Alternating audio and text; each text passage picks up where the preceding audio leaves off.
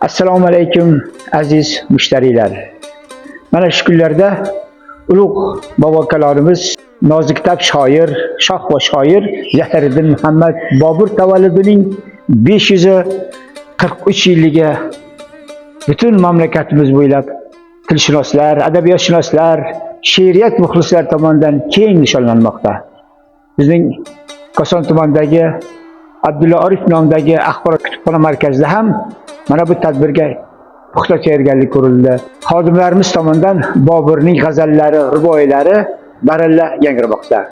Jonimdan o'zga yoru vafodor topmadim.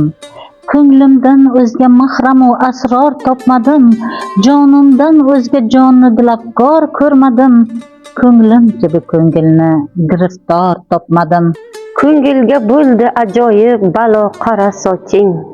Shikasta ko'nglima ermish qaro balo soching. Muyassar o'ldi junun mulki ey junun ahli. Nisori aşkni emdi bu kun mango soching. Sochining savdosi tushdi boshima boshdan yana. Tira bo'ldi ro'zg'orim ul qaro qoshdan yana.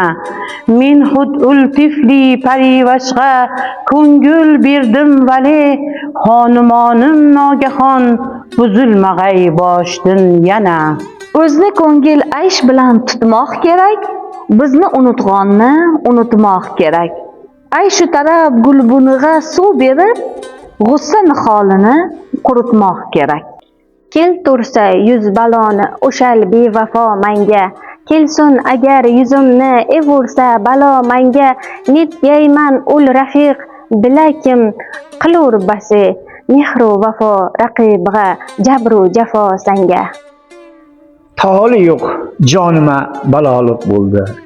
Har neniki ayladim xatoliq bo'ldi. O'z yerni qo'yib hind sori yuzlandim. Yo Rab ne tayin ne yuz qaroliq bo'ldi.